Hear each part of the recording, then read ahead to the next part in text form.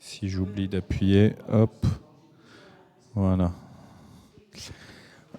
Alors,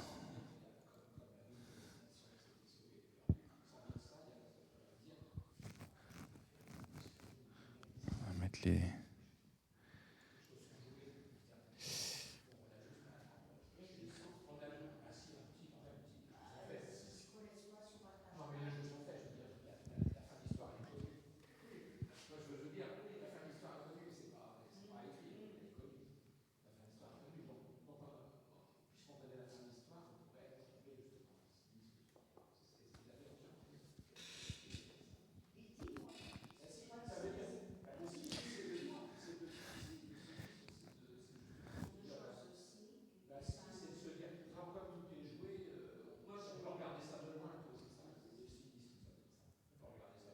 Je pense, Jean-Pierre, qu'on aura vraiment de quoi discuter tout à l'heure. On va démarrer le culte. Non, mais justement, pile poil sur le sujet que vous mentionnez, puisque du coup, aujourd'hui, hop, alors attendez, hop, je vais mettre le officiant. Je me suis rendu compte, là, en mettant les annonces en affiche, là, qu'il faut vraiment que je m'occupe des nouveaux visuels pour les différents groupes. Je vais fermer juste la porte. Et il y avait encore marqué l'atelier. Riri, il est là? Parce que je l'ai vu aller là-bas. Monsieur Riri, ah oui, t'es là, viens. Comme ça, on t'enferme pas là-bas. Reste avec nous. Et, ouais, il y avait atelier de confection de savon samedi dernier. Il y avait un petit monde, c'était sympa. M'a dit Isabelle et nous, on était à la formation pour ceux qui s'occupent de l'accueil avant, pendant et après le culte. C'était à Cergy. Même chose, on avait un bon petit groupe. C'était très stimulant. Et donc, du temple de Mantes, on était les moins nombreux, on était 4. Mais ça a vraiment beaucoup encouragé ceux qui étaient présents sur qu'est-ce que ça veut dire accueillir, notamment accueillir spirituellement les gens. Donc c'était vraiment chouette. En tout cas, voilà, il y a les annonces, faut vraiment s'y remettre. Et puis, il y avait notamment encore l'affiche avec le visuel du groupe de prière avec indiqué responsable Patrick. Et cette semaine, c'était son anniversaire. Et donc, lundi. Donc, voilà. Moi, je vous avoue que ça m'a fait un petit quelque chose de me dire, voilà, ces fameux 70 ans que d'autres ont là pour cette année 2025. Et c'est ça. Et de me dire, mais tant mieux que tu aies oublié. Tu vois. Et pas de bol que je le rappelle. Mais c'est vrai que des fois, on se projette et on se dit, ah tiens, on va faire ci, on va faire ça. Mais on ne sait pas ce que demain nous réserve. Ouais, on ne sait pas ce que demain nous réserve et à chaque jour suffit sa peine, mais aussi à chaque jour fais ce que le Seigneur te demande vraiment et ne remets pas à demain ce que le Seigneur te demande de vivre et de faire vivre, de rayonner et de faire rayonner aujourd'hui déjà. Je vous propose de prier. Voilà, Seigneur, eh ben, on entend que nous sommes poussière et nous redeviendrons poussière. Et que nous ne connaissons pas ni le jour, ni l'heure, ni de ton retour, ni même de notre propre mort. Et alors que tout à l'heure, on va lire la première lettre de Paul aux Thessaloniciens au chapitre 4, eh ben, nous voulons, Seigneur, nous souvenir que nous ne savons pas du tout quand sera ton retour, ni même quand on pourra te retrouver. Jean-Pierre, je te...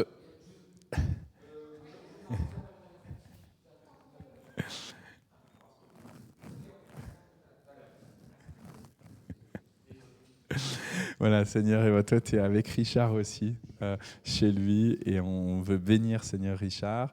On veut te bénir pour la vie de chacune de chacun, Seigneur. Alors que tout à l'heure, on va prier pendant le temps d'intercession, notamment pour les personnes qui sont malades. On va te remettre, en plus de Richard, on va te remettre aussi son épouse, on va te remettre Geneviève, Seigneur. Bénis-les tous les deux, Seigneur.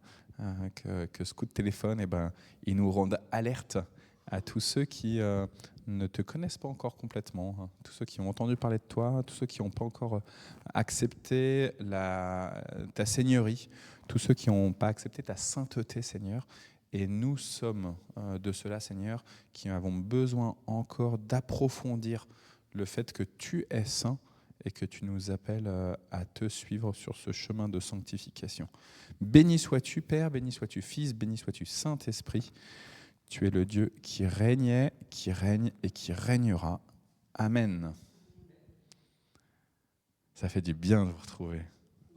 Même si on est en tout petit comité aujourd'hui, qu'il y en a les uns les autres qui ont des bonnes excuses, hein. Après, chacun a ses propres sollicitations ou ses propres défis ou événements. Voilà, on pense évidemment à Michel, que son dos soit parfaitement rétabli pour cet après-midi pour pouvoir conduire son épouse à l'hôpital, que les nouvelles pour Françoise finalement s'avèrent être bonnes. On prie pour ça, que ses reins ils soient complètement nettoyés par le Seigneur lui-même.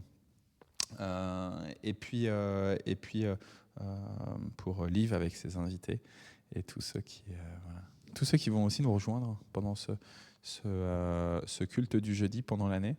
On ne les connaît pas encore, mais le Seigneur, lui, sait qui il veut amener pour ce temps à la fois de célébration d'adoration, mais aussi de communion fraternelle avec le repas. On espère que pendant cette année, Alain, tu pourras rester plus fréquemment au repas qui suit le culte. Peut-être même que Dieu nous fera grâce que Nicole et Lydie, elles auront un peu moins de rendez-vous médicaux le jeudi et elles pourront aussi nous rejoindre. C'est notre prière et notre supplication. Je vous propose de commencer avec le psaume. On reprend notre habitude. Anta, tu veux bien démarrer ?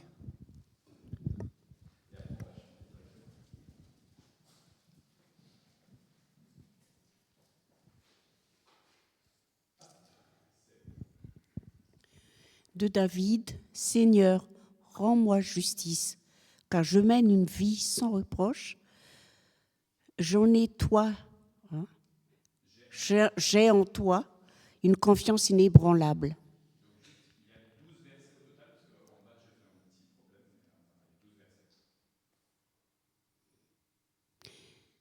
Mets-moi vraiment à l'épreuve, Seigneur, examine mes pensées et mes sentiments. J'ai devant les yeux les marques de ta bonté, je me conduis selon ta fidélité. Je n'ai pas fréquenté les menteurs, je ne vais pas avec les hypocrites, je déteste les bandes de malfaiteurs, je reste à l'écart des personnes méchantes. Je laverai mes mains en signe d'innocence, je ferai le tour de ton autel, Seigneur, en te disant ma reconnaissance, en racontant toutes tes merveilles.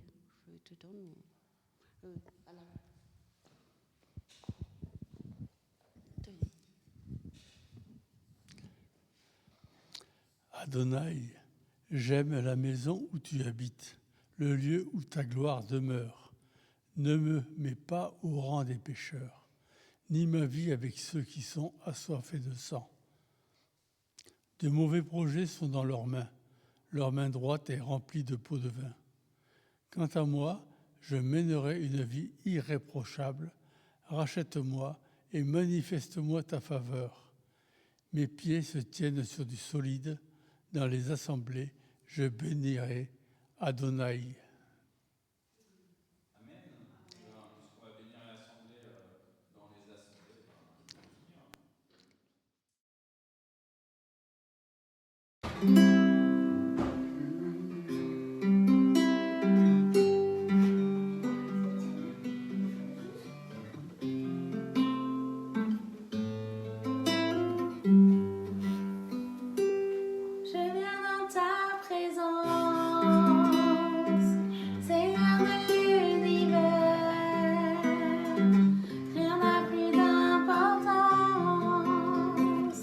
Rien n'a plus de valeur.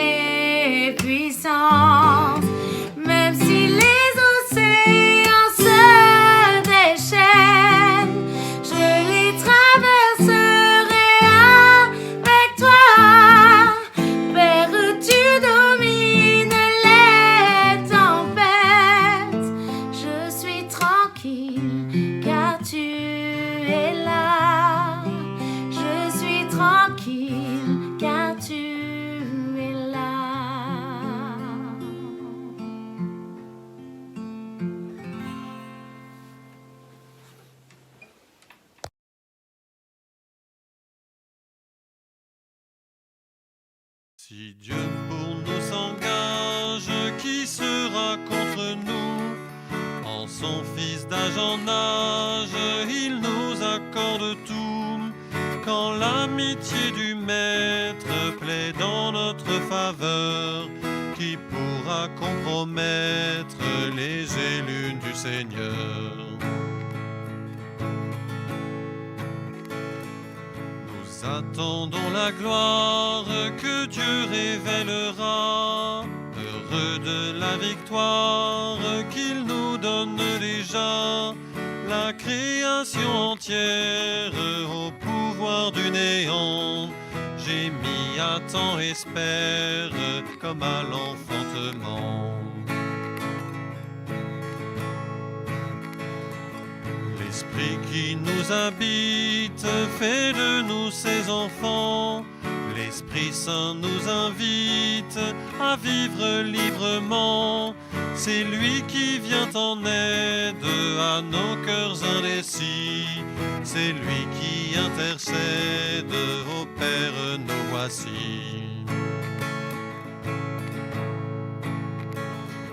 Dieu connaît ceux qu'il aime, tout concourt à leur bien. Il conforme lui-même à son Fils tous les siens. Appelés à la vie, nous sommes justifiés, et Dieu nous glorifie en Christ ressuscité.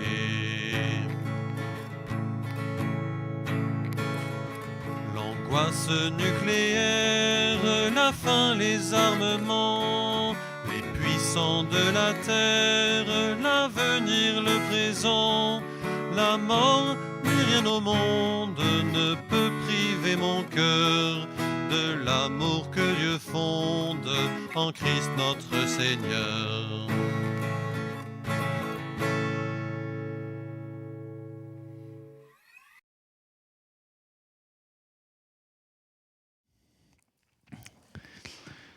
J'avais une pensée tout à l'heure dans le moment de la louange, le premier chant qu'on a entonné. Il était dit qu'on élève les mains vers le Seigneur, et je me disais, c'est fou comme on peut chanter quelque chose et pas avoir l'attitude correspondante. Et je veux pas vraiment vous juger, hein. Je suis le premier à me questionner par rapport à ça, sur le fait que notre bouche, elle peut parler, elle peut dire des belles choses, elle peut vraiment bénir, elle peut encourager, elle peut enseigner. Moi-même, hein, là, en tant que prédicateur, mais vous-même aussi en tant que témoin fidèle du Seigneur, vous pouvez vraiment dire des belles choses avec votre bouche qui sont stimulantes, encourageantes, qui sont empreintes de l'Esprit du Seigneur. Et pourtant, alors là, par exemple, hein, avec le fait de lever les mains, moi, j'ai timidement levé une main pendant le temps de louange, là, alors que des fois, je lève bien les mains haut. Mais là, j'étais timide à lever une main. Le chant disait, on lève les mains, les deux mains, en fait, ça voulait dire... Et je me disais, c'est fou comment notre attitude, elle peut refléter autre chose que ce qu'on chante pourtant, ce qu'on adore, hein, ce qu'on proclame. De la même manière que quand on lit le texte biblique, eh ben, on peut vraiment dire « Ah ouais, c'est de la vie, c'est du pain, là il y a quelque chose d'extraordinaire, d'existentiel. » Et on l'a tellement appris pour certains d'entre nous depuis tellement et tellement et tellement d'années, c'est inscrit en nous, c'est inscrit dans notre intellect que la Bible, elle est parole de Dieu, mais malgré tout, quand on doit se comporter comme Dieu veut, eh ben, il y a un grand écart. Et donc là, avec cette question, par exemple, dans le type de piété, de lever main, on se dit « Ah non, ça c'est trop évangélique, ça c'est trop pentecôtiste. » Moi, je sais que des fois, il m'arrive, hein, vous m'avez peut-être déjà vu, hein, c'est pas pour me vanter, hein, vraiment, c'est pas pour ça, mais où je sens en moi-même que je dois m'agenouiller, hein. Pendant le culte, ça arrive. Et alors c'est dur parce que comme en plus je suis tout devant, je veux pas m'enorgueillir de ça. Mais ce que je veux juste dire, c'est il y a des moments où on sent en nous-mêmes qu'on doit faire un truc qui, aux yeux des autres, est un peu bizarre. Ça correspond pas à ce que on pourrait imaginer comme type de pratique. Dernièrement, quelqu'un me parlait de Madagascar. Je critique pas Madagascar, d'accord, Anta. Mais la personne me mentionnait un truc qui la questionnait beaucoup sur les cultes à Mada que cette personne vivait, où l'offrande, elle se fait devant, dans des calebasses, comme ça se fait dans un certain nombre d'églises africaines. Et la personne me dit, et en fait, on vient devant, mais on ne vient pas une fois. Il y a 7 fois l'offrande pendant le temps de célébration. La personne, c'est ce qu'elle a vécu. C'est une personne malgache. Et elle me dit, on se lève, toute l'assemblée se lève les uns après les autres. Ça dure un certain temps d'aller jusqu'aux calebasses. Alors, je ne sais pas si c'est des calebasses en tant que telles, mais d'aller jusqu'à devant pour apporter son offrande. Et puis, on retourne s'asseoir. Il y a un chant ou 2 chants. Enfin, il y a un temps. Et puis, hop, rebelote. Et comme ça, 7 fois au total. Je pense que toi, tu n'as pas la même expérience, Anta. Merci Seigneur. Et la personne me disait, c'est compliqué parce qu'on arrive, du coup, non plus à simplement apporter notre offrande au Seigneur, mais à le faire parce que les autres nous regardent. Et si on ne se lève pas lors d'une des offrandes, et bon, on est mal vu, quoi. Et donc, il faut donner 7 fois. Bah, c'est ça, il n'y a pas d'impératif, mais voilà. Et la personne tellement choquée me dit, et même en fait, là où moi, dans l'église où j'allais, on amenait, c'était alors elle ne m'a pas dit calebasse, c'est moi mes termes à cause de nos secs, mais elle me dit, en plus, la calebasse, elle est transparente. Donc on voit exactement ce qu'on met. Et la personne, évidemment, cette personne malgache est choquée en me racontant ça, en me disant, ça vient pour moi signifier quand même qu'on montre beaucoup. Sauf que là, c'est facile pour moi, qui ne suis pas malgache, de critiquer les malgaches. Maintenant, trop souvent, en fait, on n'agit pas de la manière dont parle la Bible. Et pour reprendre cet exemple de l'offrande, Christ nous dit que ce que ta main droite donne, que ta main gauche ne le sache pas. Et sauf que trop souvent, en fait, sur cette question d'argent, on le signifie de manière pas forcément aussi ostensible que là ce que je viens de vous raconter, mais malgré tout, on le marque. Et notre comportement de chrétien, malgré tout. Là, tout à l'heure, je vous disais, quand je m'agenouille, en fait, de manière ostensible, au-delà de ce que je veux faire, je suis devant, etc., au-delà de ce que j'aspire à ça, mon comportement, il est que je me montre. Et en même temps, si le Seigneur nous dit, vas-y, lève les mains, comment on fait ? Voilà.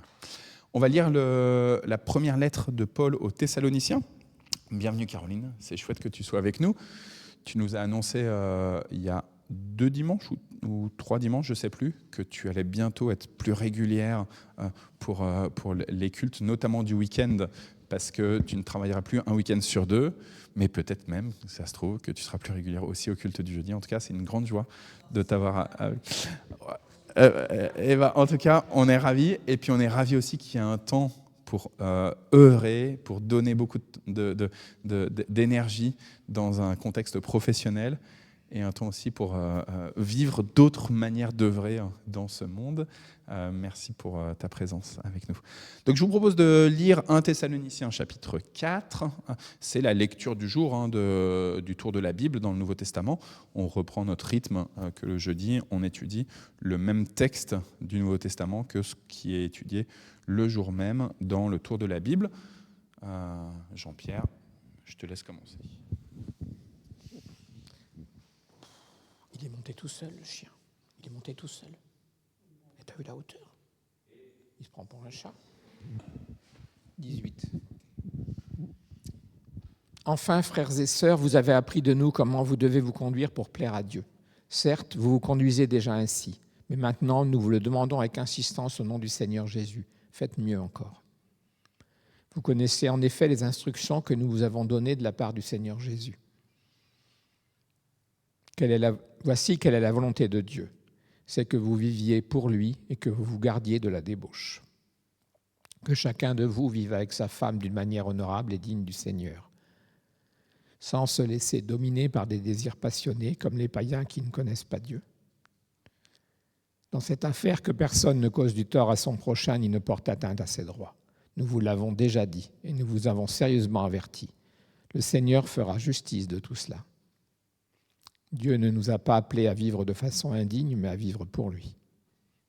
C'est pourquoi celui qui rejette ses prescriptions ne rejette pas un être humain, mais Dieu qui vous donne son Esprit Saint. Vous n'avez pas besoin qu'on vous écrive au sujet de l'amour fraternel. En effet, vous avez vous-même appris de Dieu à vous aimer les uns les autres. C'est d'ailleurs cet amour que vous manifestez envers tous les frères et les sœurs de la Macédoine entière. Mais nous vous encourageons, frères et sœurs, à faire mieux encore. Ayez pour ambition de vivre en paix, de vous occuper de vos propres affaires et de gagner votre vie de vos propres mains, comme nous vous l'avez déjà fait recommander.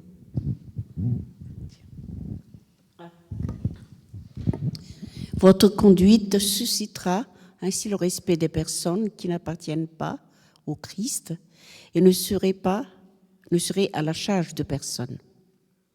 Frères et sœurs, nous désirons que vous connaissiez la vérité au sujet de ceux qui sont morts, afin que vous ne voyiez pas tristes de la même manière que les autres, ceux qui n'ont pas d'espérance.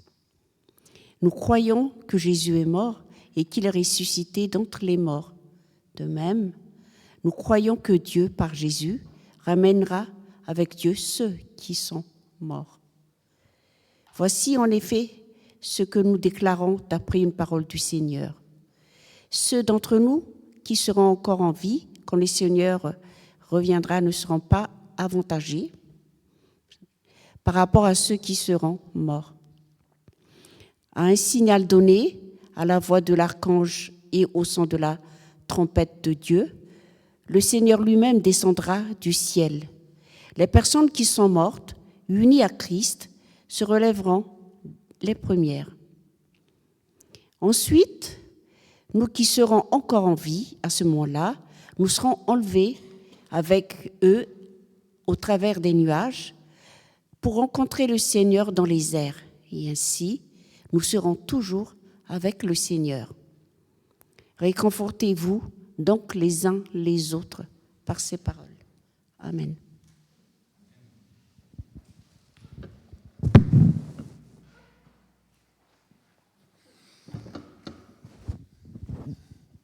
Deux paragraphes, on pourrait dire deux parties dans ce chapitre 4 d'un Thessaloniciens. Une partie sur comment se comporter, pas seulement avec les autres, mais déjà avec soi-même. On va y revenir.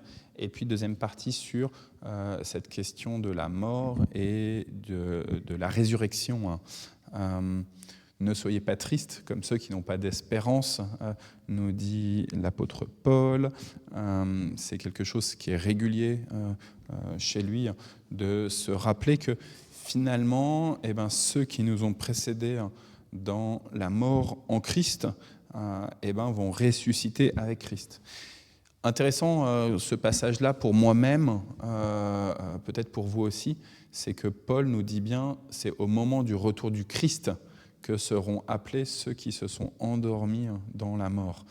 Trop souvent, moi, dans mon discours, lorsque je célèbre des obsèques, j'ai cette tendance, qui est une tendance tout à fait du monde, de dire, ça y est, maintenant la personne n'est plus là, hop, maintenant elle est auprès du Seigneur. Ce n'est pas l'enseignement de Paul dans cette première lettre aux Thessaloniciens, ce n'est pas l'enseignement du Nouveau Testament. En effet, l'enseignement du Nouveau Testament nous dit qu'il y a un temps d'endormissement, un vrai temps de mort, exactement comme le Seigneur Jésus-Christ, pendant les 3 jours, il est vraiment mort. Il est vraiment mort. Ce n'était pas juste un temps de sommeil, comme nous, on le vit nuit après nuit, et que le lendemain matin, hop, tout est beau, on se réveille, il y a le coq qui chante, il y a les oiseaux qui font un peu de bruit, et tout va bien dans le meilleur des mondes. Non. Il y a un vrai temps de mort, et on pourrait même dire de désintégration. Tu es poussière et tu redeviendras poussière. Il en est de même de ceux qui nous ont précédés dans le séjour des morts. Ils sont déjà, non pas avec le Seigneur, mais déjà dans cet état de putréfaction, dans cet état de désintégration. Ils perdent tout ce qu'ils sont. C'est important pour nous, vraiment en termes d'enseignement biblique, de savoir ce que dit la Bible. Il y a nos aspirations, il y a nos pensées, mais nos pensées souvent ne sont pas les pensées de Dieu. Or, Dieu, quand il parle dans la Bible, il nous révèle la profondeur de sa pensée, et on ne peut pas imaginer être chrétien et dire la Bible, elle dit un truc, Dieu, il a dit un truc dans la Bible, mais moi, je pense que, et c'est équivalent. Trop souvent, on dit ça. Moi, je pense que. Ouais, mais en fait, que dit le Seigneur dans la Bible? Et est-ce que c'est cohérent entre ce que dit le Seigneur dans la Bible et toi, ta pensée? Et comment est-ce que toi, ta pensée, avec pourtant cette question de la liberté, cette question de je suis mon propre chef, je pèse, je soupèse les idées des uns et des autres, comment est-ce qu'on accepte que la parole de Dieu, elle est toujours la même hier et avant-hier et aujourd'hui. Et elle le sera toujours la même demain et après-demain. Donc Paul nous dit, les morts sont vraiment morts et ils ressusciteront au moment où Christ appellera. Deuxième élément, toujours dans cette question de la mort, moi ça m'a interpellé dans cette lecture, c'est que Paul est vraiment dans cette aspiration que lui ne va pas connaître la mort physique. On voit bien là qu'on est au début de l'ère chrétienne, où ils pensent que les premiers chrétiens, alors oui, bien sûr, il y en a qui commencent à mourir, etc., mais malgré tout, le retour du Christ, il est pour très bientôt.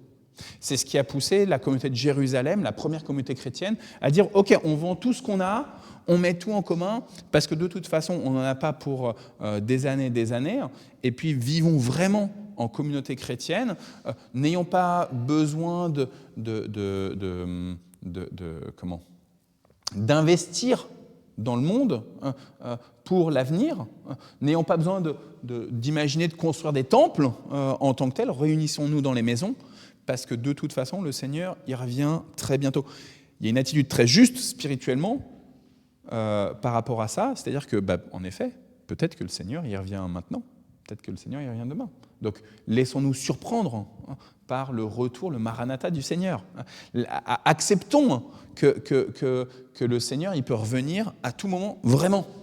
Et donc, ne mettons pas toutes nos pensées sur l'investissement concret. Là, je pense à toi, Jean-Pierre, sur la question que là, pendant 2 ans, tu étais avec cette question de ta maison.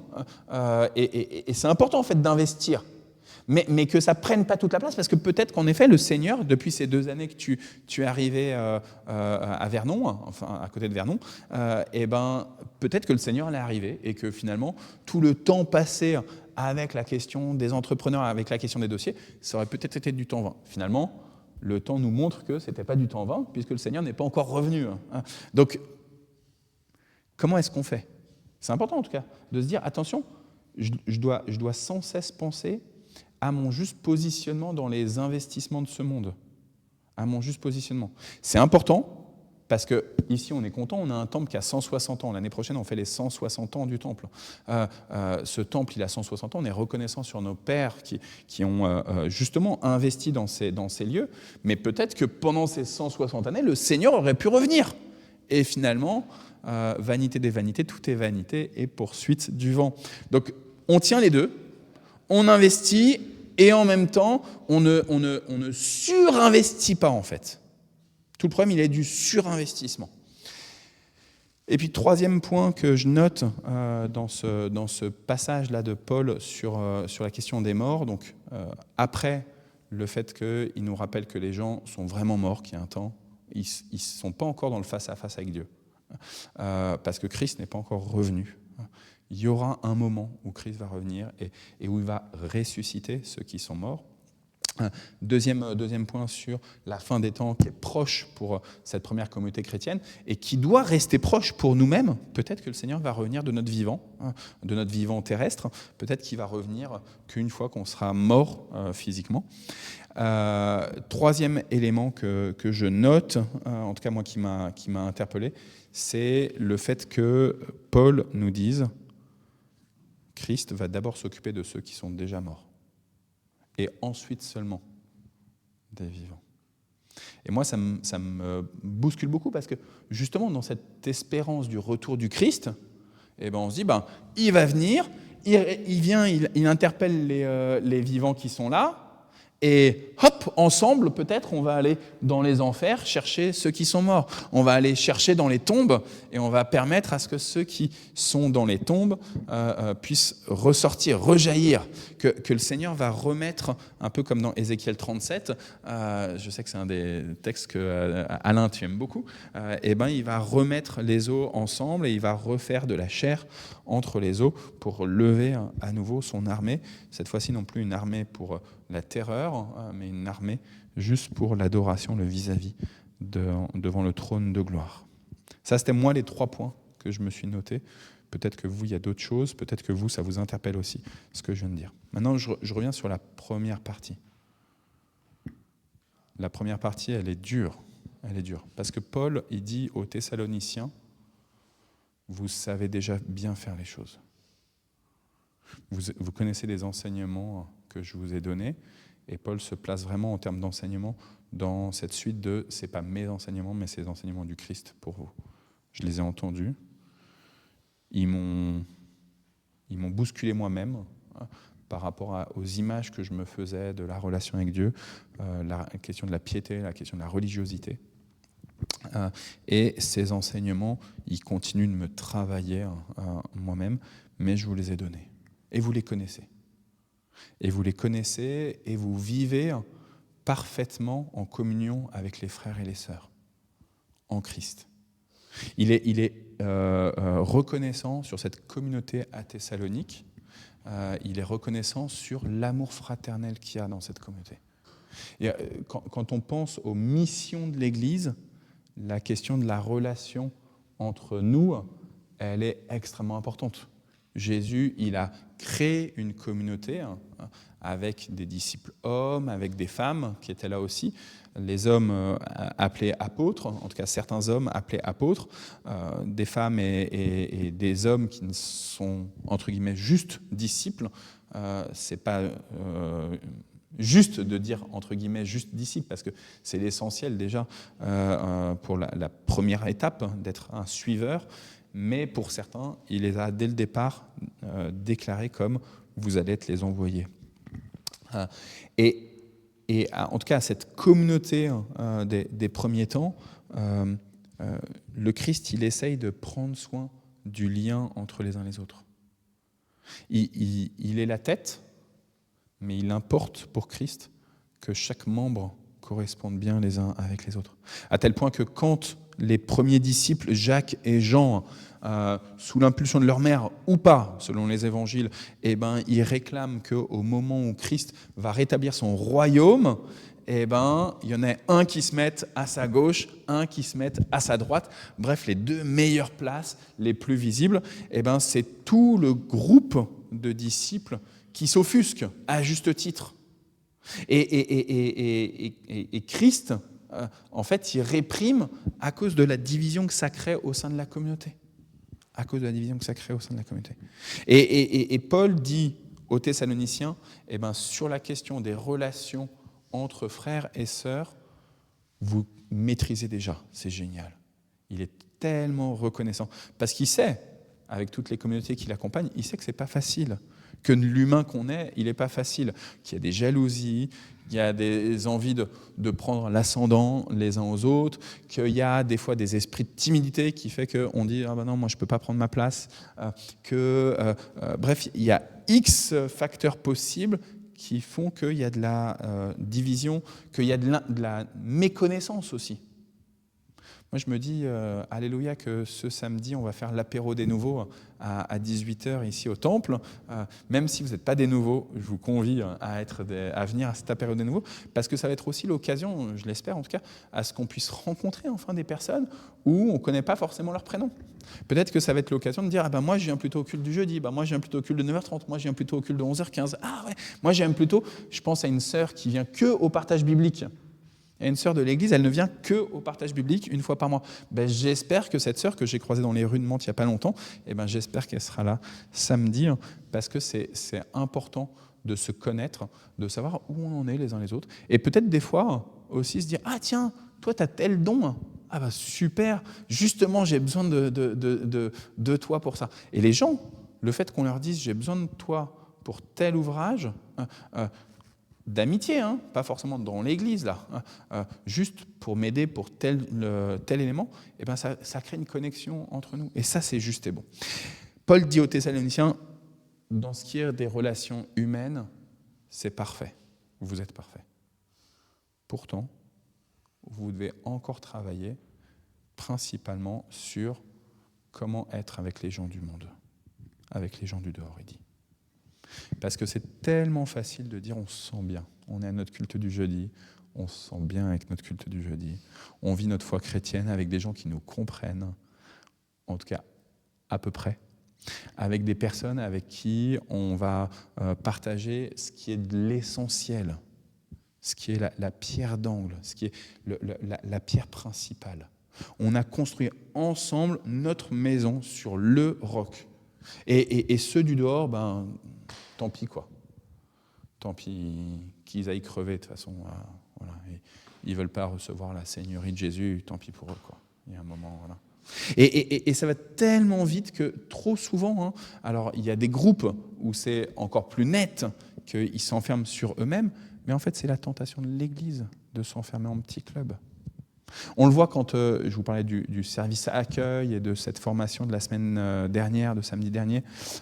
On le voit bien quand les formateurs nous ont dit, nous ont interpellés en disant « Attention, pensez que l'accueil, c'est au début du culte, mais c'est aussi pendant le culte et c'est aussi à la fin du culte. » Et notamment à la fin du culte, trop souvent dans nos églises, une fois qu'on ouvre les portes, on va voir les gens qu'on aime, les gens qu'on connaît, qu'on n'a pas vus depuis le dimanche dernier ou depuis 2-3 dimanches. Parce que la personne, elle n'a pas pu venir, etc. Et donc, hop, on se précipite. Ah, comment tu vas? Moi, tout à l'heure, Caroline est arrivée et j'étais content de la voir parce que je lui ai dit, dimanche dernier, c'était dimanche dernier que tu es venu. Dimanche dernier, j'ai pas réussi à la voir. Et je l'ai vue avec son pied, son pied, alors pas plâtré, mais je sais pas comment on appelle ça. Bon, avec ta botte de marche. Et je l'ai vue et je me suis dit, j'espère que je vais pouvoir parler avec elle. Et en fait, j'ai pas réussi. Et donc là, qu'est-ce que j'ai fait? À peine t'es arrivé, je me suis précipité vers toi et je t'ai dit, oh, ça, je suis content de te voir. Comment ça va avec ton pied? Parce que du coup, j'ai raté l'occasion. Mais les personnes qu'on ne connaît pas du tout,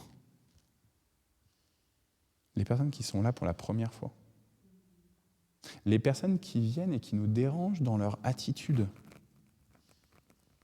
parce qu'elles gesticulent beaucoup, parce qu'elles ont un petit chien, parce qu'elles ont des enfants et que ça bouge beaucoup, ou au contraire parce qu'elles sont très réservées. Parce qu'il y a des gens, des fois, on essaye de leur parler, faut leur tirer les verres du nez. Hein. Oh là là, c'est dur. Comment est-ce qu'on fait avec toutes ces personnes-là?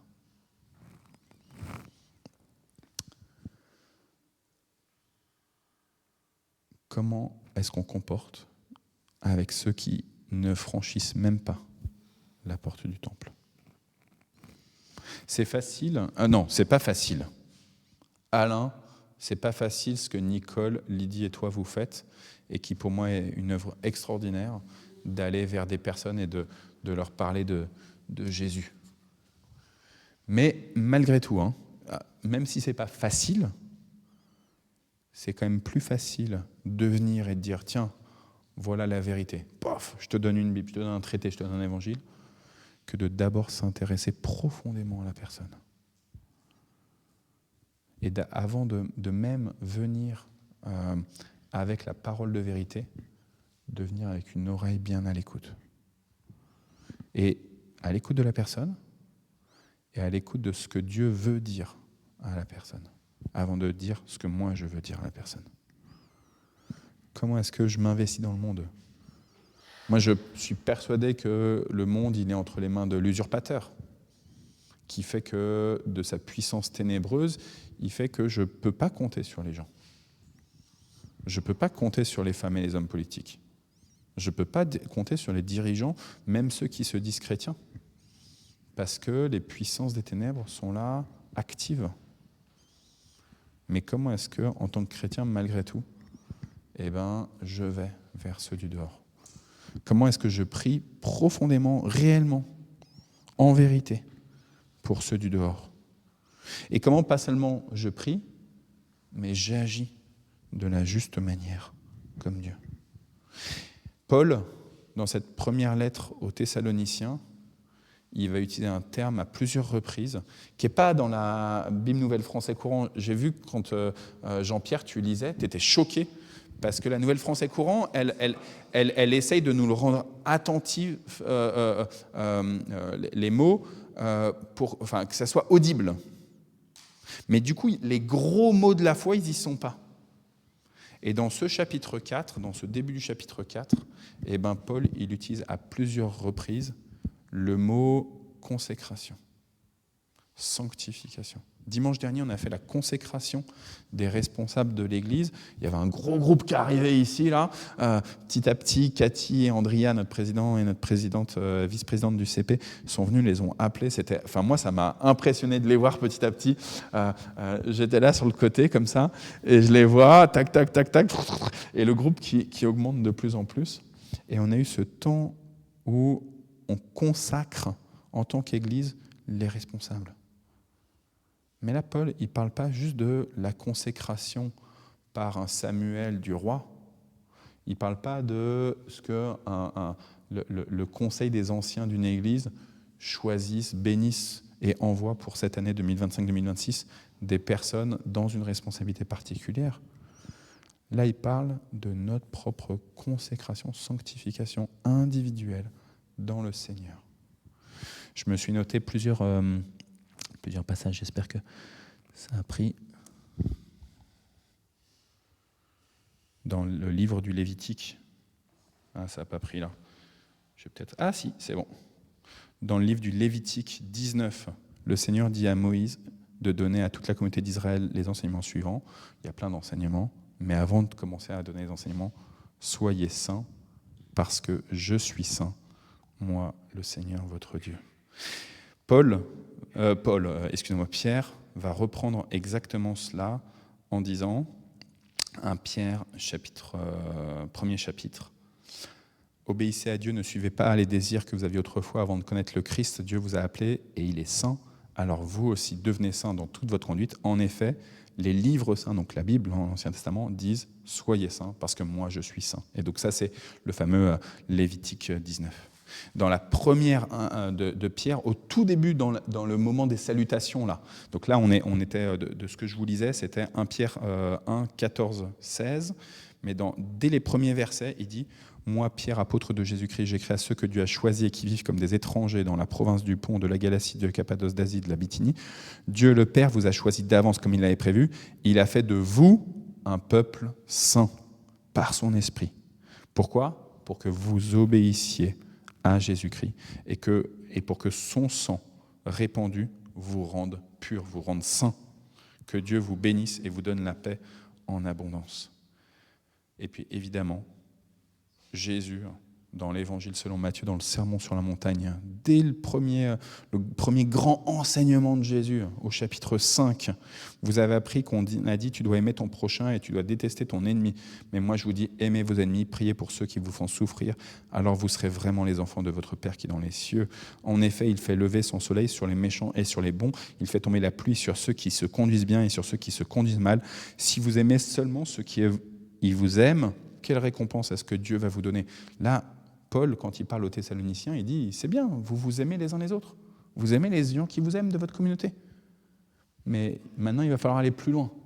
Il va falloir aimer ceux du dehors, ceux qui ne vous aiment pas. Même les employés des impôts font la même chose que vous, dit Jésus. Et si vous saluez seulement vos frères et vos sœurs en Christ, qu'est-ce que vous faites d'extraordinaire ?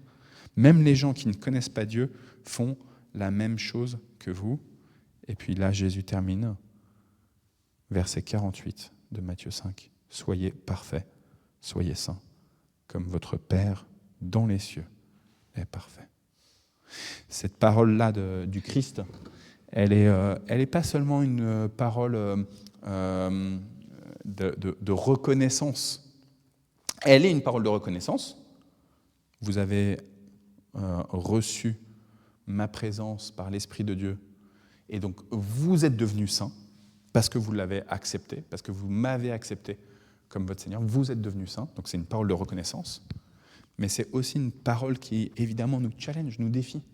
Nous dit, comporte-toi comme tu l'es à l'intérieur maintenant. Que ton extérieur reflète ton intérieur.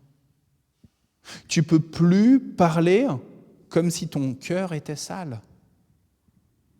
Tu ne peux plus parler, tu ne peux plus agir comme si tes pensées, comme si ton intelligence était encore pleine du péché. Désormais, j'ai fait de toi un être saint, alors agis de la bonne manière. Et là, ça nous défie sur notre quotidien. Comment est-ce qu'à chaque minute, à chaque seconde, on essaye d'être cohérent dans l'extérieur avec ce qui s'est passé un jour et ce qui est renouvelé matin après matin dans notre âme, dans notre esprit. Soyez saints, parce que moi-même je suis saint. Paul dit aux Thessaloniciens, vous devez encore travailler à cela. Vous devez encore travailler à cela. Vous êtes des lumières dans le Seigneur, les amis. Alors que votre lumière soit posée en haut pour rayonner de partout. C'est le Seigneur qui parle, C'est le Seigneur qui nous parle, à vous comme à moi. Je m'arrête là parce que je pense qu'il y a plein de choses encore à se dire. Il y a trop de choses à dire là. J'aurais pu, ça fait 3 mois qu'on ne s'est pas vu, j'aurais pu faire la prédication, ça rejoint mais tous les sujets, ce que j'ai parlé tout à l'heure, des choses auxquelles j'ai pensé en venant, et voilà, c'est fou, quoi. C'est ça le Saint-Esprit. Ah ouais. Donc, je vais juste commencer par ça. Si tu veux une définition du cynisme chez un chrétien, tu lis l'Ecclésiaste. Voilà, tu lis l'Ecclésiaste, tu sauras ce que ça veut dire. Il l'a cité, le frère. Voilà, t'as qu'à lire l'Ecclésiaste, c'est la définition de comment on peut être cynique quand on croit en Dieu. Voilà. Donc, alors il y a trop de choses. Moi, je connais bien la Bible, comme voilà, tu le sais, vous le savez, je l'ai beaucoup lu, et j'avais jamais fait attention à ce passage où Paul dit que les morts en Christ ressusciteront et seront emmenés avec le Seigneur. Je l'avais lu sans le voir. Pendant 50 ans, je l'avais lu sans le voir. Sans le voir. Non, mais sans le voir. J'avais pas réalisé. Pour moi, je croyais pas comme le frère que je serais avec Dieu. Je croyais que je ressusciterais pour le jugement avec les boucs et les brebis, que quand Dieu nous séparera. Moi, c'était ça, c'est à ça que je croyais. Et puis là, j'ai dit, non, c'est pas comme ça que ça marche. Donc ça m'a foutu la trouille. Je dis, mince, parce que là, je vais ressusciter, j'ai intérêt à mourir dans la sanctification, parce qu'autrement, je serais pas bien. Et puis après, donc, ça m'a fait penser, tu as insisté sur la résurrection. On croit tous ici qu'on va ressusciter, que Jésus est ressuscité, mais je pense que moi je le crois beaucoup. C'est souvent intellectuellement, c'est pas vrai, c'est pas profond. Mais en fait, Dieu ressuscite les morts. C'est ça qui fait la différence avec tout ce qui se passe sur la terre et les autres dieux entre guillemets, quoi. C'est pas une image, c'est vrai. Dieu ressuscite les morts. Il y a des gens qui sont morts depuis 5000 ans, 10 000 ans. Bah, pas 10 000 ans, parce qu'ils sont morts en Christ d'une certaine façon, ils ne savaient pas que c'était Christ, mais ils sont morts en Christ et ils vont ressusciter. On va ressusciter, vraiment, c'est pas une image, quoi. C'est vrai. C'est pas juste une ouverture d'esprit. Non, c'est une vérité. Le monde nous dit, ouvre ton esprit, sors de tes biais cognitifs, découvre maintenant, sois aware, comme dit Jean-Claude Van Damme. Et en fait, non, c'est pas juste ça la résurrection. C'est pas juste d'un seul coup, tiens, ça y est, je perçois des nouvelles choses. Après, bon, je vais couper parce que j'ai trop de choses à dire. Après, en venant, je me disais, il y a beaucoup de gens qui nous disent, mais non, c'est pas une église des hommes, c'est l'église de Jésus-Christ. Il y a plein d'hommes, tous les hommes, quand tu discutes, tu leur dis que j'ai des problèmes avec l'église, tu te dis, mais non, c'est l'église de Jésus, tu vas pas à l'église pour les hommes, tu vas pour... Mais hélas, il y a trop d'églises qui sont l'église de machin, et si t'es pas d'accord avec machin, bah t'as pas ta place dans son église, quoi. Il y a trop d'églises comme ça. C'est pas pour dire du mal des chrétiens, mais il y en a beaucoup. Et de plus en plus, j'ai l'impression. Ah non, mais bien sûr. Non, mais il commence par ça avant de. Non, bien sûr. Pour les féliciter, pour dire le fait que vous soyez bien le petit club chrétien, c'est déjà bien, c'est déjà génial. Parce qu'il y a tellement de disputes. Quand on pense à la première aux Corinthiens, l'église de Corinthe, ça se chamaille à tout va. Ils décident de ne pas manger ensemble à Corinthe. Ils décident de ne pas manger ensemble parce qu'ils disent non, il y a eux, c'est les mauvais chrétiens, machin. Nous, on est les justes chrétiens et les autres, ils disent la même chose, et ainsi de suite. Là, ils félicitent les Thessaloniciens pour dire qu'il y a une belle relation, ça c'est génial. Non, mais pour ça que je dis. Non, mais bien sûr. Mais elle n'est pas applicable. Ce petit club, ce cercle fermé, et aussi après en France. Mais il y a trop, voilà. Et le fait que c'est un club, bah, du coup, on reste, comme tu disais, moi j'ai vu trop d'églises aussi, où on va voir à la fin du culte les gens qu'on connaît, et il y a des gens qui, moi je me dis, c'est pas possible, il y a des gens, ils vont venir, ils viennent, ils voient un culte, et puis ils repartent, et puis personne n'a fait attention à eux, ils reviendront jamais dans une église. Le pire que j'ai vécu, c'était à Londres, c'était une amie qui m'avait dit, c'était à Londres, va dans telle église, et à la fin du culte, les gens à côté de moi se sont levés tout droit, en regardant bien devant eux, pour être sûr de ne pas jeter un regard vers moi. J'ai trouvé ça rigolo. Mais toi, le cynisme, il peut naître de ça aussi, en disant, on est chrétiens, je les aime, c'est des frères et sœurs, mais bon, voilà quoi. Bon, voilà. C'est parce qu'en venant, je pensais à ça, à ces gens qui disent, mais hélas, c'est souvent, t'as du mal à forcer le verrou, quoi. Après, qu'est-ce que je voulais dire ? Il y avait tellement de choses. Ouais, c'est bon. Sur la sanctification, je dirais en dernier. Ah oui, si sur l'investissement sur la terre. Ça, c'est aussi un grand truc que j'ai en moi depuis que je suis converti. À la communauté, on nous citait souvent ce verset que j'entends plus jamais, c'est « vous êtes étrangers et vagabonds sur la terre ». Et moi, je me sens, ça c'est moi, je me sens vraiment comme un étranger sur cette terre. Mon pays, il est au ciel, il n'est pas ici, il n'est pas là. Donc j'ai hâte de le rejoindre, ça c'est moi. Et donc à cause de... et tu sais, tu parles, voilà, je ne veux pas parler de choses personnelles, mais je regardais mon chantier à la maison et je me dis, mais qu'est-ce que j'en ai à faire au fond de moi, que ce soit un chantier ou une maison finie, quelque part, ça n'a pas d'importance, quoi. Ça n'a aucune importance. C'est-à-dire, je vivrai aussi, je vis bien, j'ai une salle de bain, j'ai quoi faire avec ma manger, de quoi, à la limite, j'ai besoin de rien de mieux, quoi. C'est juste, voilà, bon, bref. Mais bon, après, je lis Jérémie. Jérémie, là, quand ils étaient à Babylone, est-ce qu'il a vu la prédication que ça durerait un certain temps, après il reviendrait avant? Il leur a dit quand même, faites des enfants, investissez-vous, voilà. Et bon, deux choses, après j'arrête, parce que moi je pourrais parler encore une demi-heure. Il y a un homme de Dieu qui disait, si on vous annonce que le Seigneur revient dans 1 heure, qu'est-ce que vous faites? Il dit, je continue à faire ce que je fais, aller parler autour de moi, de Dieu, etc., même si je sais que le Seigneur revient dans 1 heure. Ça m'a toujours fait frapper. Au lieu de s'asseoir puis d'attendre. Attends, une dernière chose. Et donc, il manque un verset sur la sanctification. Je ne veux pas dire ça pour vous, je le prends pour moi surtout, qu'on n'entend jamais non plus, je ne sais plus où c'est. Sans la sanctification, nul ne verra le Seigneur. Merci beaucoup. J'allais juste rebondir sur l'histoire de « je continue à faire ce que je fais ». Il y avait pendant très longtemps, mais il a fallu qu'on fasse un peu de place pour mettre plein de visuels, mais pendant très longtemps, on avait ici une affiche que Maria avait mise d'une phrase de Luther qui disait « si tu apprends que le Seigneur va revenir, qu'est-ce que tu fais ?» Et Luther disait « je continue quand même de planter encore mon pommier ». Et je n'ai pas la phrase exacte, mais sur la question vraiment de la plantation du pommier.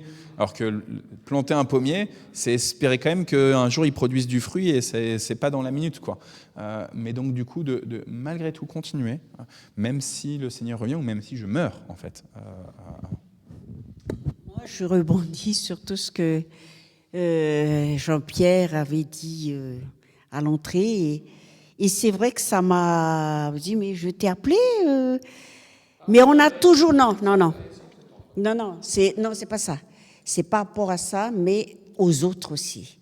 Combien de fois il y a des sœurs, des personnes que je vois plus, je dis, je vais appeler je vais appeler telle personne. Ça fait partie de... Et déjà d'une, j'ai peur d'être intrusive. J'ai dit, Seigneur, aide-moi. Et des fois, j'oublie. Je suis honnête. Et des fois, j'oublie. Je dis, je vais appeler telle personne. J'ai dit, je vais mettre un message. Je mets toujours un message pour voir un peu comment ça va se passer. Il y a certains qui répondent plus. Donc, je laisse les gens. Mais c'est sûr... Non, parce que... Oui, d'accord. J'ai dit parce que j'ai peur de... Par exemple, combien de fois j'ai dit, je vais appeler telle personne, je ne dis pas le nom, telle personne, ah non, peut-être que... Voilà. Et là, ce que tu as dit, ça me culpabilise. J'aurais dû appeler telle personne. Et ça fait partie de ce qu'on dit, dans verset 9, je crois, d'aimer les uns les autres. Ça fait partie de la chrétienté, quoi. Savoir écouter aussi.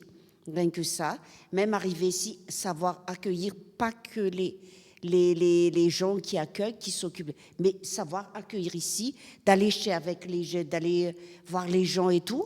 Mais moi, mon problème, c'est que je confonds tout le monde. Je vais chez les gens, par exemple, Hélène et Odile, je confonds chaque fois, pour dire. Donc, mais c'est pas grave. Donc, c'est aller vers les gens. Il y a plein de choses à faire quand même ici-bas, franchement. Mais des fois, je me culpabilise par exemple, je dis, je vais appeler une sœur que j'estime beaucoup aussi, c'est Marilène. Comme elle travaille, le soir, j'arrive, je m'endors et puis j'oublie. Tout ça, il faut que la seule personne, j'aime bien parce que c'est Nicole qui n'oublie jamais de m'appeler. Merci Seigneur. C'est une sœur qui même l'écouter, ça me fait du bien aussi. Moi-même, j'ai besoin qu'on m'appelle, qu'on m'écoute. Peut-être que ça pourrait être un défi qu'on pourrait essayer de se lancer. Je ne sais pas si c'est faisable, mais de se dire que tous les jours, on ne se couche pas si on n'a pas appelé X personnes. Chacun doit décider, voilà, j'ai X personnes que je veux appeler, pas forcément évidemment les mêmes de jour en jour, mais à la fin de ma journée, il faut que j'ai réussi à appeler, je sais pas, 3 personnes chrétiennes, frères, sœurs, tu vois, ou pas chrétiennes, ou voilà, enfin... Alors peut-être que ça peut être à la fin de la semaine, mais en tout cas peut-être que ça peut être un défi de se dire voilà qu'on fasse un message ou qu'on fasse un appel ou en tout cas je sais pas, à chacun de voir, mais ça pourrait être intéressant. Caroline ou Alain, vous avez Et justement, en parlant d'appeler les gens, il y a Martine qui est connectée avec nous et elle marque le micro. Donc tout à l'heure je pense que pendant notre échange le fait que j'avais pas de micro. D'accord. Donc, je pense que, à part téléphoner aux gens qu'on connaît, qu'on n'a pas vus, même les gens qu'on croise dans la rue. Parce que j'ai pensé une chose. Une fois, j'étais à une conférence de carême, c'était de l'Église catholique qui l'avait fait, et la dame, ce jour-là, parlait du suicide. Elle venait d'une association qui luttait contre le suicide. Elle nous a lu les dernières lettres laissées par les suicidés. Et ce qui m'a frappé, ça fait peut-être 10 ans déjà, il y avait une jeune fille qui s'est suicidée. Elle disait, j'ai croisé 40 personnes sur ma route ce jour-là. Si quelqu'un m'avait regardé, si quelqu'un m'avait souri, si quelqu'un m'avait dit bonjour, je n'allais pas me suicider. Elle dit, tous les gens, je croisais, j'espérais un geste, un regard, rien. Donc, depuis ce jour, quand je vais dans la rue, voilà. Bon, voilà, je vois une personne, je souris, je dis bonjour. Oui, voilà. Moi, je t'avoue que tu me l'avais déjà dit, ce témoignage, et moi, ça m'a beaucoup impacté le fait que tu le fasses, parce que tu nous aies dit ça, parce que du coup, c'est vrai que moi, je suis un tout petit peu plus attentif aux personnes que je croise, le balayeur, la personne qui mendie, mais aussi la personne qui passe comme ça, et que juste, je suis même si j'ai mes oreillettes, j'essaye d'être un tout petit peu plus attentif depuis que tu l'as dit. Alors là, sur le sujet, tous les morts auront un nouveau corps quand ils reviendront à la vie. Et ça, le Seigneur est affirmatif. Mais en même temps, il dit lui-même que les ancêtres, comme Abraham, Isaac et Jacob, étaient vivants. Pour Dieu, tous sont vivants. Donc c'est l'esprit qui reste en vie. Mais il n'y a que le corps, c'est-à-dire la matière, qui meurt. Gloire à Dieu. Ça, là, tu citais Dieu n'est pas le Dieu des morts, mais des vivants, justement. Pour revenir au verset que je disais, donc Hébreux 12, 14, « Recherchez la paix avec tous et la sanctification, sans laquelle personne ne verra le Seigneur. » Merci beaucoup. Je vous propose qu'on s'arrête, sauf si Martine, tu nous mets un petit message par Facebook. En tout cas, j'ai le téléphone devant moi. Donc n'hésite pas. Et si tu veux nous donner soit des nouvelles de toi, soit de ton mari Daniel, eh ben, on sera ravis d'en avoir. En attendant, je vous lis donc le fil rouge de Porte Ouverte, donc avec ce temps, en ce moment, la grande campagne depuis 3 ans maintenant sur Porte Ouverte, c'est autour du continent africain. Et donc là, c'est sur un Éthiopien. Donc je vous lis le message. Ancien musulman, Djemal était un chef d'entreprise prospère. L'arrivée de nouveaux prédicateurs dans la mosquée de sa ville a attisé les tensions entre chrétiens et musulmans jusqu'à cette nuit de septembre où tout a basculé. L'attaque a commencé un lundi soir. Le mardi, ils ont essayé de me tuer, se souvient Djemal. Il a réussi à mettre sa famille en sécurité, cachée chez des proches musulmans, car aucune maison chrétienne n'était plus en sécurité. 375 familles chrétiennes se sont enfuies, et donc le mardi matin, quand lui, il a essayé quand ils ont essayé de le tuer, 215 maisons et commerces de chrétiens ont été incendiés et entièrement détruits. Jemal a tout perdu. Réfugié pendant 2 mois dans une église, sa famille a connu la faim, le rejet, la peur. Sa fille a failli être refusée à l'hôpital parce qu'elle était chrétienne. Jemal a traversé le doute et la colère, mais le Saint-Esprit l'a ramené à la paix. Au lieu de m'éloigner de Dieu, ma foi est devenue plus forte. Jemal a choisi de revenir dans sa ville d'origine pour tout recommencer. Grâce au soutien de Portes Ouvertes, Jemal a reçu nourriture, soins, mais aussi de nouvelles machines pour relancer son activité. Et il témoigne aujourd'hui, suivre Christ a un prix, mais maintenant je comprends mieux l'amour de Dieu, loué soit son nom. Voilà. La Martine qui est connectée, c'est la Martine et Daniel, le couple de Tchadiens. Voilà. C'est pas la Martine qui habite pas loin d'ici. Est-ce que vous avez des sujets de prière en particulier? Moi, je pense tout de suite un sujet qu'on a mentionné plusieurs fois le mardi, mais elle en a parlé aussi ici, de notre sœur Maria, donc son frère Franck. C'est important qu'on continue de prier pour lui. Maria est revenue pour l'instant en France, mais s'attend à repartir là-bas. Donc merci de continuer de prier pour lui. Il est en coma pour l'instant. Voilà.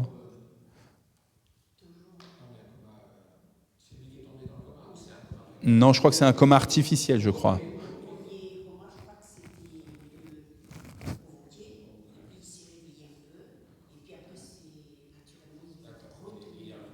Naturellement, c'est pas eux qui l'ont. D'accord, ok.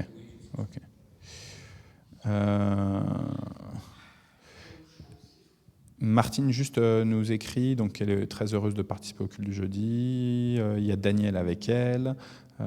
On apprend toujours quelque chose de nouveau avec le Seigneur. Leçon, faites attention à ce CEX que vous rencontrez, chrétien ou pas.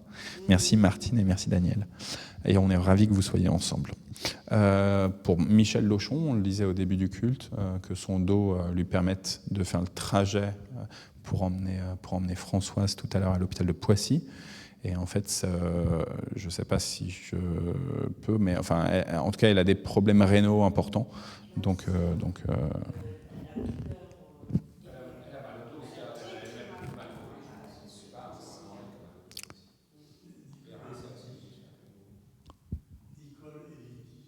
priez pour ton épouse et pour ta belle-sœur. Ouais. Donc la fatigue physique, mais aussi psychique de ton épouse, de Nicole, et puis l'état de santé physique, notamment au niveau des pieds et des chevilles, de ta belle-sœur Lydie. Ok. On peut prier aussi par rapport au musée. Donc on a cet été déménagé une partie du musée. Il reste encore des petites choses. On remercie aussi vraiment Alain de tous les livres que vous avez mis à disposition des frères et des sœurs qui le voulaient. Donc il y en a beaucoup qui se sont servis avec intérêt. Donc merci Seigneur que ça continue de produire du fruit. Et puis ensuite le reste, on l'a emmené à la Gerbe. Ils étaient très contents de recevoir tous les ouvrages. Ils ont un chariot exprès pour ce qui est trop lourd, où le chariot, il y a des ressorts à l'intérieur et la plaque, et comme ça ils sortent du coffre. On a posé sur la plaque, et petit à petit, ça pèse comme ça, et ça permet en fait de pas trop se baisser, etc. C'était très pratique. Les ressorts, ils ont bien descendu tellement il y avait de livres, donc merci vraiment beaucoup. Et en tout cas, il y a un frère de la Drôme qui a pris contact avec nous aussi, qui serait intéressé par ce musée, donc on va travailler, voir ensemble. Est-ce qu'il y a d'autres sujets de prière auxquels vous pensez?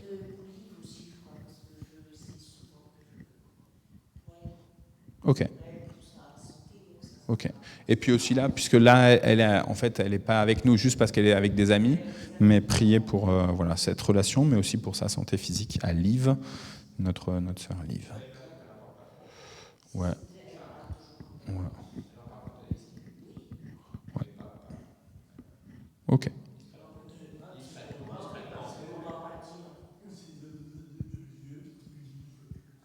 Et donc la question du logement des Dumont, donc c'est important.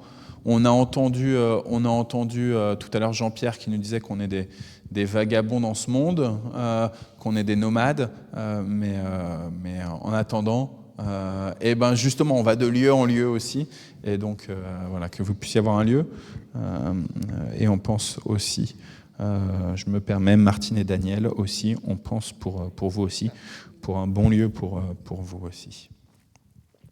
Je vous propose qu'on prie.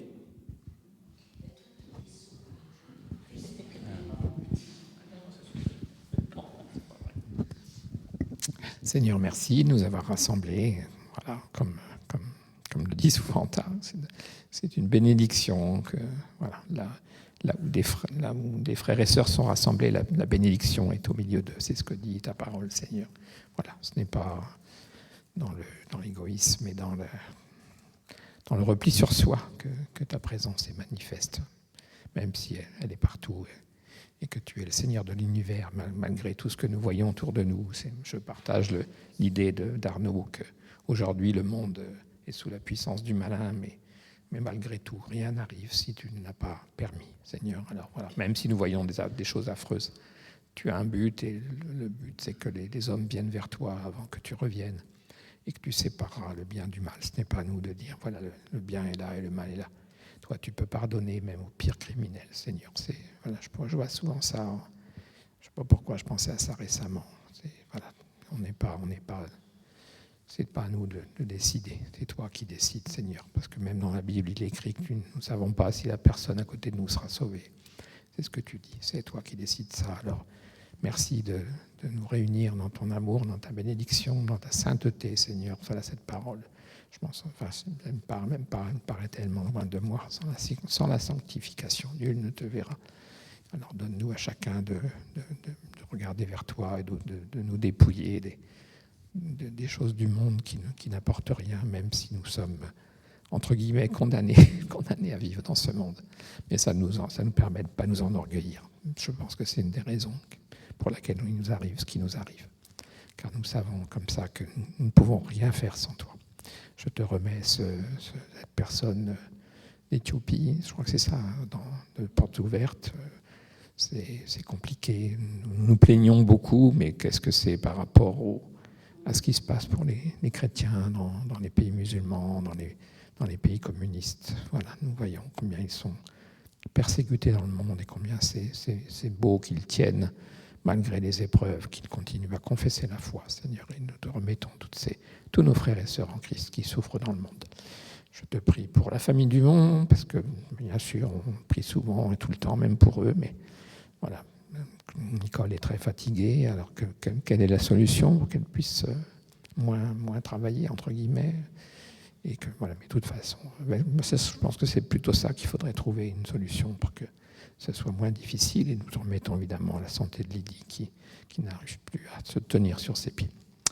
Tu es un Dieu de miracle, alors fais un miracle pour elle, qu'elle puisse être, je ne sais pas, toi tu es Dieu, remets-la sur pied, entre guillemets, au sens propre et au figuré. Bénis cette famille qui a à cœur de parler de toi autour d'elle, et que chacun de nous ayons cette confiance en toi, que tu ouvriras nos bouches pour les gens près de nous, et donne-nous surtout, avant comme de faire attention à ceux qui sont autour de nous, quels qu'ils soient.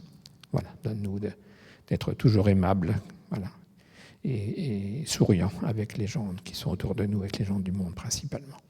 Même si nous ne parlons pas de toi, qu'ils puissent voir en nous quelque chose qu'ils ne voient pas aujourd'hui. Surtout que, comme je parlais avec le monsieur tout à l'heure, on voit beaucoup de gens qui sont pas aimables et pas sans faire attention, alors que les gens du monde voient une différence en voyant un chrétien. Ils ne voient pas une personne comme une autre. Voilà ma prière. Amen.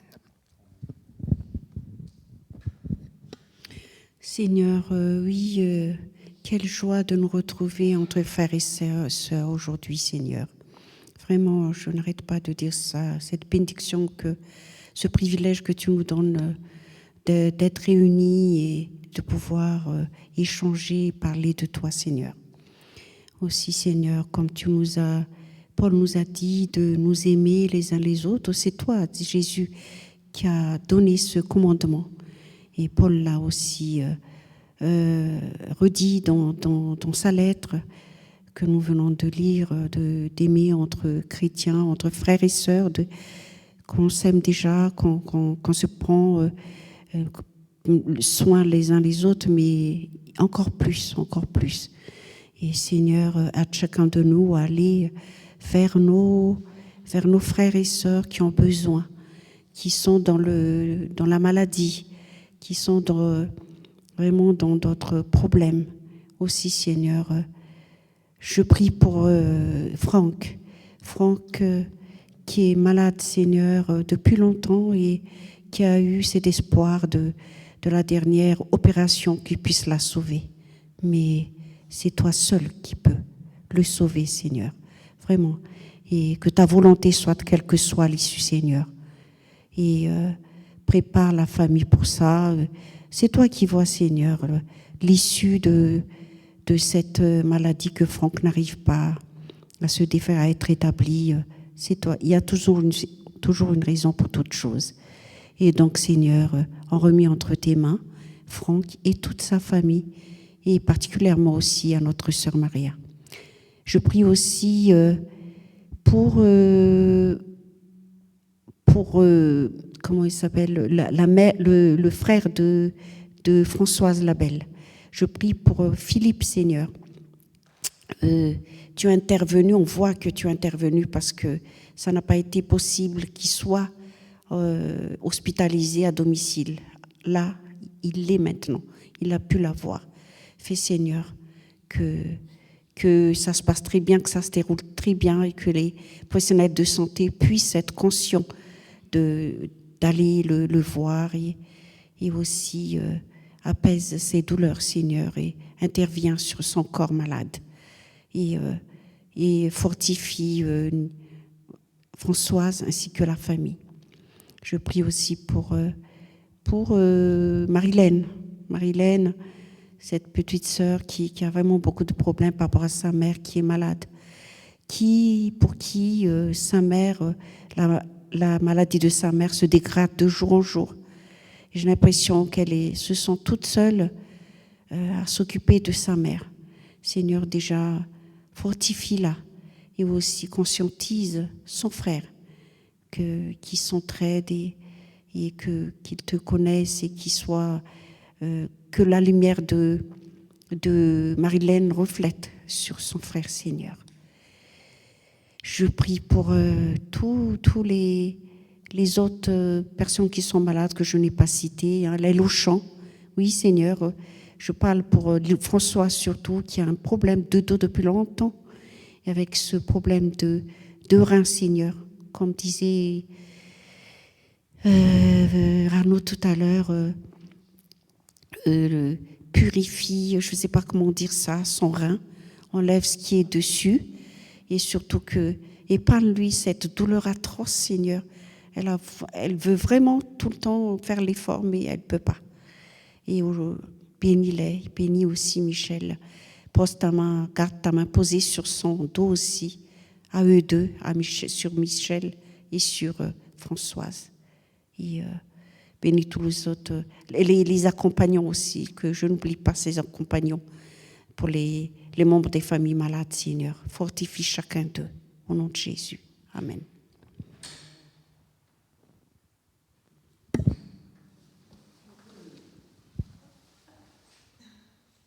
Attends, descends-toi. Allez, zut.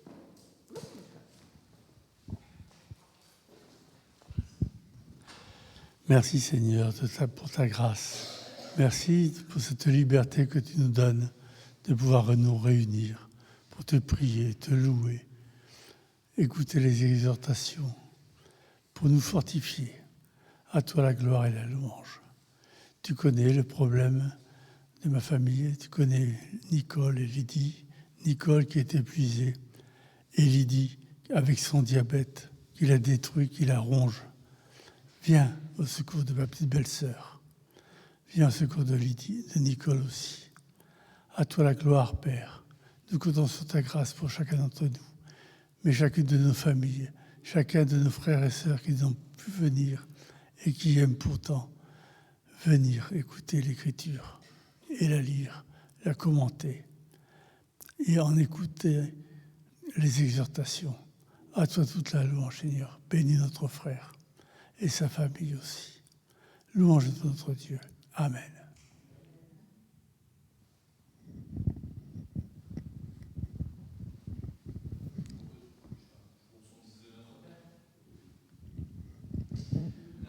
Père qui es aux cieux, que ton nom soit sanctifié, que ton règne vienne, que ta volonté soit faite sur la terre comme au ciel.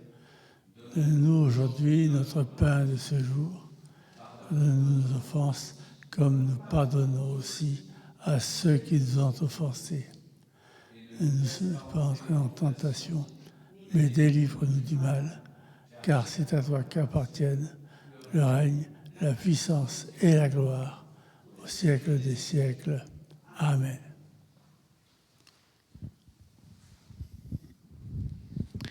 Martine, tu viens pour la bénédiction. Alors que le Seigneur, Martine, te bénisse. Que le Seigneur, Alain, te bénisse. Que le Seigneur, Anta, te bénisse. Que le Seigneur, Caroline, te bénisse. Que le Seigneur, Jean-Pierre, te bénisse. Que le Seigneur, Martine et Daniel vous bénissent. Que le Seigneur me bénisse, moi aussi, qu'il fasse de nous un corps uni, un corps à son image, qui soit saint. Oui, que nous soyons nous aussi saints. Amen. Et bon jeudi, et donc on reste aussi pour le déjeuner.